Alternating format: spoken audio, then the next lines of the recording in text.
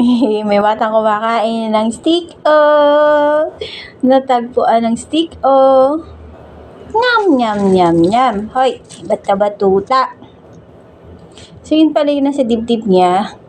Yun yung binili nating patch. So, hopefully, or Lord willing, maka-heal kay Hana dun sa kanyang cough. Alam niyo yun, medyo, kaya, ang daming food.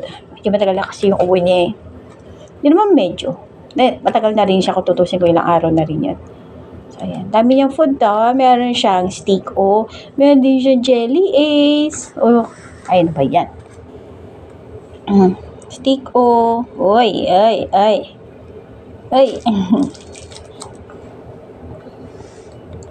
Stick kain na bebe. Stick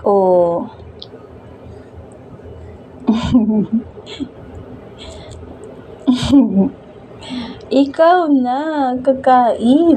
Yun na, kumakain ng bata,